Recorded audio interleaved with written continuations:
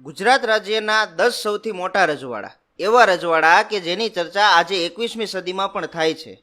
આ રજવાડા ક્યાં ક્યાં હતા, શું હતી આ રજવાડાની ખાસિયત, આ તમામ રજવાડાના રાજા કોણ હતા? આવો જાણીએ ગુજરાતના સૌથી મોટા 10 રજવાડા વિશે અનોખી વાતો. આ સૌથી મોટા રજવાડામાં 10મા નંબર પર આવે છે ધ્રાંગધ્રા પ્રિન્સલી સ્ટેટ.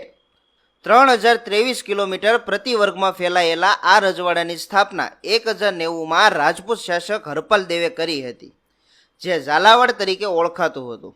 ઝાલા રાજપૂતે મુસ્લિમ આક્રમણ સામે ઘણી લડાઈઓ લડીને પોતાના રજવાડાની રક્ષા કરી હતી. આજે પણ લોકો રાજની અને આ રજવાડાની ચર્ચા કરે છે.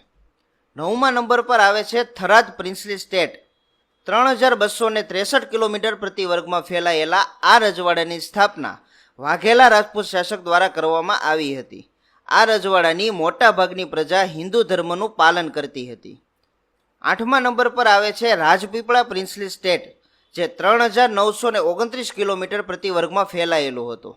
રાજપીપળા એકમાત્ર એવું રજવાડું હતું કે જેના પર 1340 થી 1948 સુધી એટલે કે લગભગ 600 વર્ષ સુધી ગોહિલ રાજપૂત વંશનું શાસન રહ્યું હતું.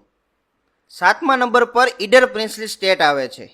ઈડર પ્રિન્સલી સ્ટેટ 4323 કિલોમીટર પ્રતિ વર્ગમાં ફેલાયેલું હતું, જેનું આદર્શ વાક્ય હતું અમે ઈડર્યું ઘર, જેનો અર્થ થાય છે અમે ઈડરનું ઘર જીત્યું. ઈસવીસન 1721માં મહારાજ આનંદસિંહજીએ ઈડર જીતી લીધું હતું. મારવાડના અલગ અલગ વિસ્તારમાંથી જોધા, ચૌહાણ, ચંપાવત વગેરે સરદાર તેમની સાથે આવ્યા હતા. 6ઠ્ઠા નંબર પર આવે છે પાલનપુર પ્રિન્સલી સ્ટેટ, જે 4574 કિલોમીટર પ્રતિ વર્ગ જેટલો વિસ્તાર ધરાવતું હતું.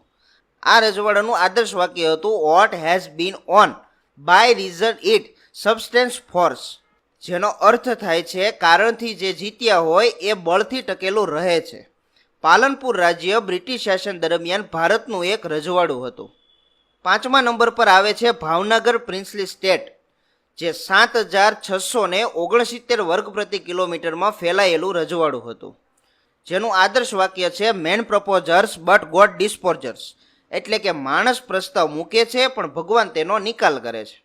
ગોહિલ રાજપૂતોનો દાવો છે કે તેઓ ચંદ્રવંશ સાથે જોડાયેલા પ્રસિદ્ધ પાંડવોના વંશજો છે. 4થા નંબર પર આવતું રજવાડું છે જૂનાગઢ પ્રિન્સલી સ્ટેટ, જે 8643 વર્ગ પ્રતિ કિલોમીટરમાં ફેલાયેલું હતું. આ રજવાડા પર બ્રિટિશ શાસન દરમિયાન બાબી મુસ્લિમ શાસકોનું રાજ હતું, જે 1948માં એટલે કે આઝાદી બાદ ભારતમાં ભળી ગયું. 3જા નંબર પરનું રજવાડું છે જામનગર પ્રિન્સલી સ્ટેટ, કે જે 9632 વર્ગ કિલોમીટરમાં ફેલાયેલું હતું, જેમનું આદર્શ વાક્ય છે ડિટરમાઇન્ડ ટુ ડિસ્ટ્રોઇડ, એટલે કે નષ્ટ કરવા માટેનો દ્રઢ સંકલ્પ.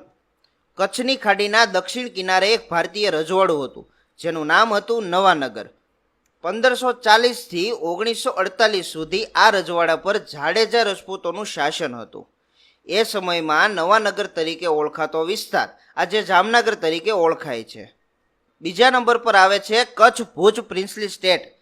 આ રજવાડું 21365 વર્ગ કિલોમીટરમાં ફેલાયેલું હતું, જેનું આદર્શ વાક્ય છે કરેજ એન્ડ કોન્ફિડન્સ, એટલે કે સાહસ અને આત્મવિશ્વાસ. કચ્છ પર જાડેજા રાજપૂત વંશનું શાસન હતું. જાડેજા 12મી સદીના અંતમાં સિંધથી કચ્છ આવ્યા હતા અને કચ્છમાં વસ્યા હતા. દોસ્તો, પહેલા નંબર પર આવે છે બરોડા પ્રિન્સલી સ્ટેટ, જે 21408 પ્રતિ વર્ગ કિલોમીટરમાં ફેલાયેલું હતું. બરોડાનું મૂળ નામ વડોદરા સંસ્કૃત શબ્દ વટોદરા પરથી લેવામાં આવ્યું છે. મરાઠા સંઘના ગાયકવાડ રાજવંશ દ્વારા 1721માં આ રજવાડાની સ્થાપના કરવામાં આવી હતી. દોસ્તો, આ બધા એવા રજવાડા છે કે જેની આજે પણ લોકો ચર્ચા કરે છે.